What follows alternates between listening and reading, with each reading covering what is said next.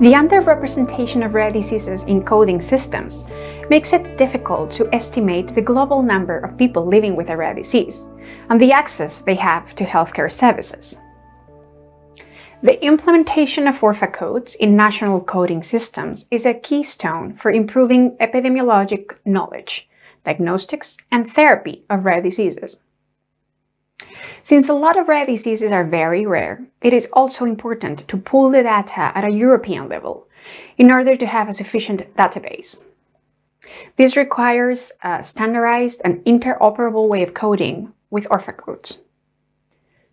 Several guidelines were issued during the RD Action project to achieve this objective. Then, in the framework of the European project ORPHAcoding, which supported the implementation of ORPHAcodes in the coding systems of 4 different European countries, these guidelines were applied, reviewed, and revised. 6 guidelines are available. Guideline 1.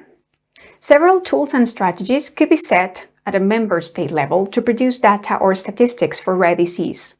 Nevertheless, each country should set this strategy according to a standard principle of maximizing exhaustiveness, as well as a possible reuse of existing data collections. Rare disease data is rare, so we should take advantage of all information in all the databases that we have. Guideline 2. Code the data in a way that the reporting can compile to the granularity of the international recommended list of ORPHAcodes. Guideline 3. Whenever possible, capture the diagnostic assertion for all rare disease cases. Use the option Suspected Rare Disease, Confirmed Rare Disease, and Undetermined Diagnosis. This approach will help identify rare diseases patients throughout their diagnostic journey. A warning: the use of such an assertion mechanism should be carefully done.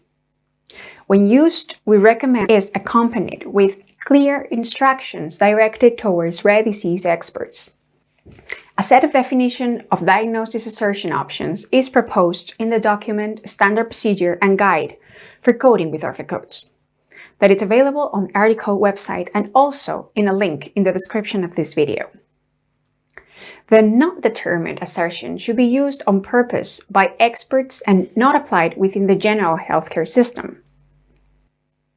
For more information, please refer to the guidelines about the coding of undiagnosed rare disease patients available on the ORPHAcode website, as well as the How to Identify Undiagnosed Patients with the new dedicated ORPHAcode video.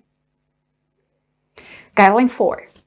Update your coding resource according to the internationally agreed cycle in order to use the most recent coding file and to ensure comparability. The Nomenclature pack containing all the necessary files for coding is released by Orphanet annually, each July, and it is available on orphadata.org. Guideline 5. Keep track for each patient file of the different ORPHAcodes and associated versions that were used to describe the patient's diagnostic status. As ORPHAcodes evolve with RD knowledge, all updated information is available in the annual release of the Nomenclature pack. Using the versioning information will help you keep track of ORPHAcodes. Guideline 6. If ORPHAcodes are used together with another national coding system for morbidity coding, the 2 systems should be linked in a standardized way to ensure that code combinations are standardized and the coding effort for the user is minimized.